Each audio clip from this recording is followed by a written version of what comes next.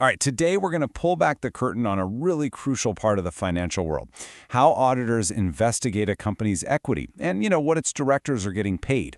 Think of this as a guided tour to see how they figure out if a company's financial story is the real deal.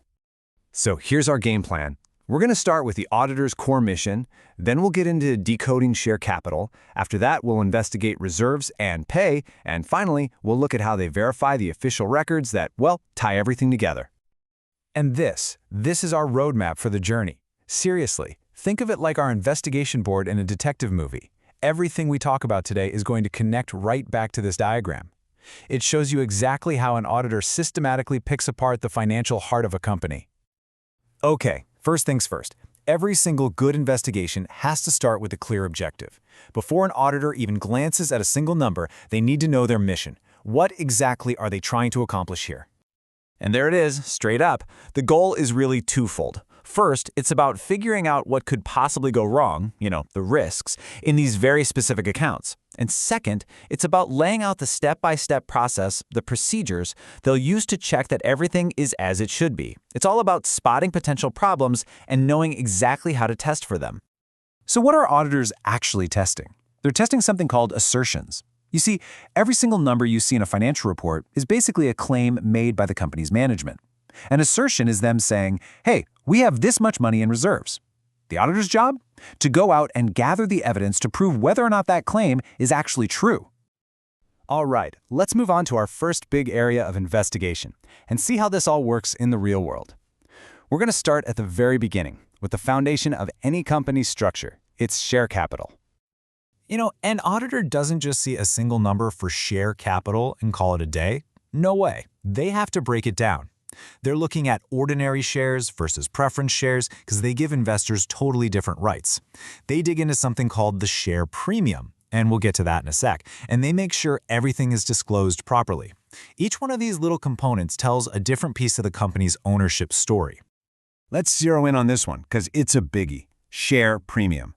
Imagine a company issues a share with a face value of just $1. But because the company is hot and in high demand, they sell it for $5. Well, that extra $4, that's the share premium.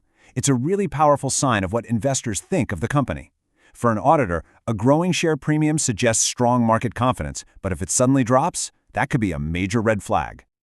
Okay, next up, we're looking at two areas that are tightly connected. The money a company holds on to, which we call its reserves, and the money it pays out to its top leaders, the director's remuneration.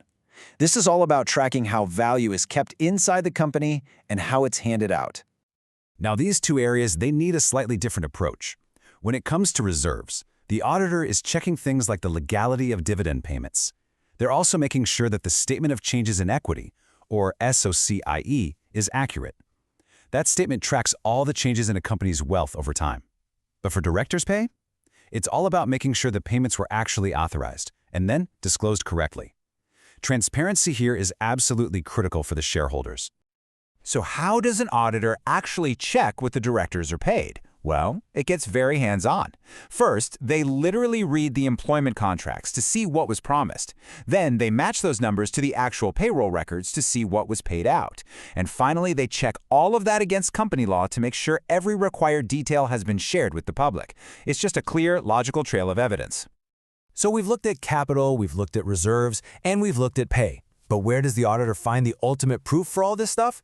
Well, that brings us to our final section, the statutory books and records. This is the source of truth. Now, these aren't just some random files sitting in a cabinet. These are the company's official, legal records. We're talking about board meeting minutes, the official register of every single shareholder, details of all the directors. For an auditor, this is like finding a treasure trove of primary evidence.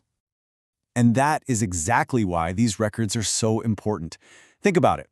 A decision to issue 1 million new shares or to approve a huge director's bonus has to be documented in those board minutes.